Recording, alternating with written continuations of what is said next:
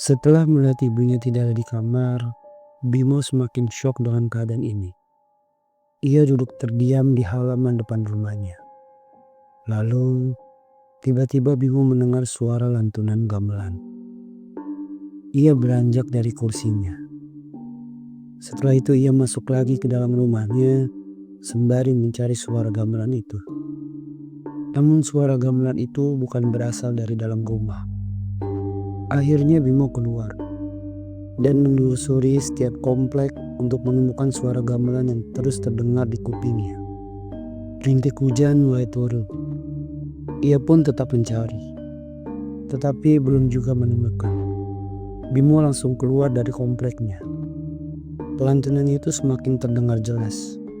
Ia terus mengikuti sampai di ujung jalan dekat lapangan tanah kosong. Bimo seketika itu melihat seorang wanita berpakaian layaknya penari. Meski sedikit ketakutan, ia mencoba mendekati dan berbicara dengan si penari itu. "Maaf, permisi mbak." Penari yang membelakangi Bimo tidak menjawab sepatah kata apapun. Ia tetap terus menari. Bimo mengatakan lagi, "Tolong saya mbak, saya lagi bingung." Penari itu berhenti dan mematikan tipnya. "Kamu siapa nak? Kenapa kamu bisa ada di sini?" tanya si penari yang masih membelakangi Bimo. "Saya mendengar suara gamelan ini, lalu mencari-carinya.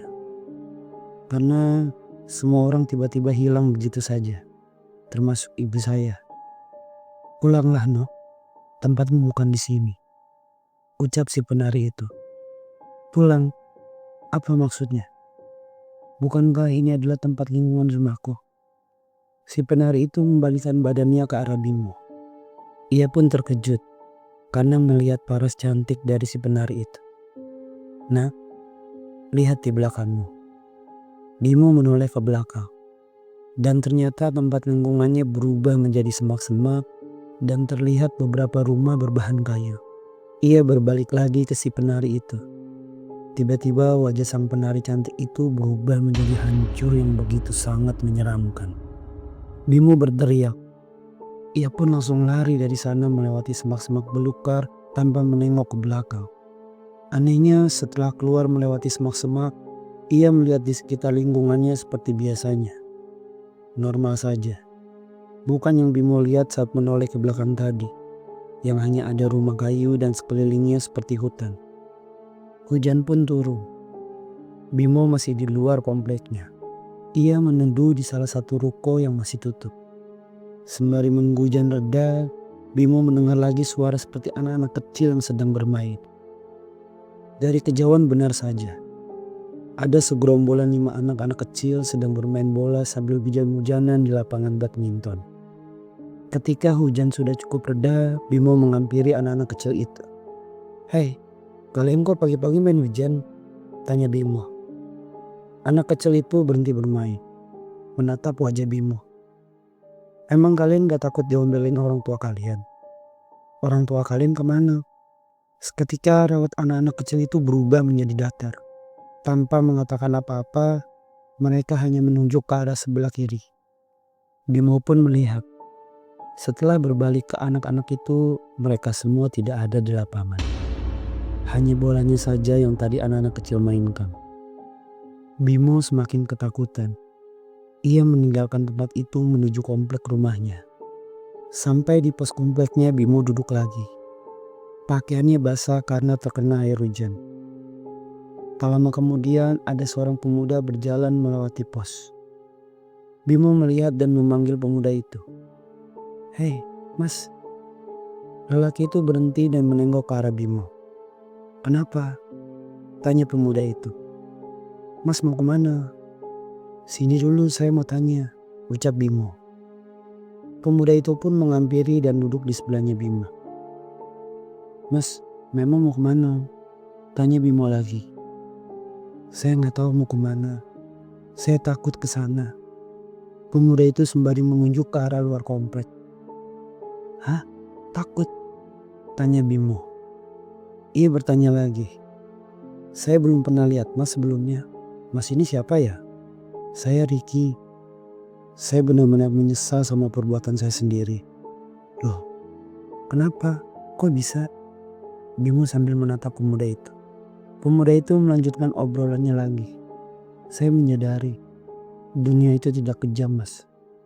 Tapi kita hanya menyangka bahwa dunia itu kejam. Ucap sang lelaki. Maksudnya gimana ya? Tanya Bimo. Dunia itu indah, Mas. Bila kita tidak terlena dengan perkembangan zaman. Namun saat itu saya telah menyadari iman saya begitu lemah dan hati saya terhasut oleh bisikan setan. Terus? Ucap Bimo. Saya dulu terjerat hutang sampai puluhan juta karena terbuai maraknya judi online, Mas. Saya tidak mampu membayar. Sementara saya dan keluarga kecil saya selalu diteror. Saya frustasi waktu itu. Firasat Bimo makin tak karuan. Ia pun mengatakan, terus akhirnya gimana, Mas? Saya akhirnya gantung diri di dalam rumah, Mas. Meninggalkan istri dan kedua anak saya. Bimo langsung menghindar dari lelaki itu. Kemudian sang lelaki itu wajahnya berubah menjadi pucat. Dengan kedua matanya berwarna putih. Ia menengok ke arah Bimo dan mengatakan, tolong saya, Mas. Tanpa pikir panjang, Bimo lari menuju musola yang tak jauh dari pos itu. Bimo masuk ke dalam musola. Nafasnya tergesa-gesa. Sesekali ia mengintip dari kaca musola, melihat kondisi luar komplek. Pada saat itu Bimo semakin kelelahan. Ia pun berkata demikian. Ya Allah, ada apa dengan semua ini? Ampuni aku ya Allah.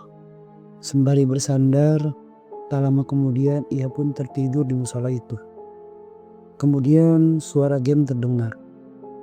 Bimo membuka kedua matanya perlahan, melihat sudut ruangan yang bukan di musola.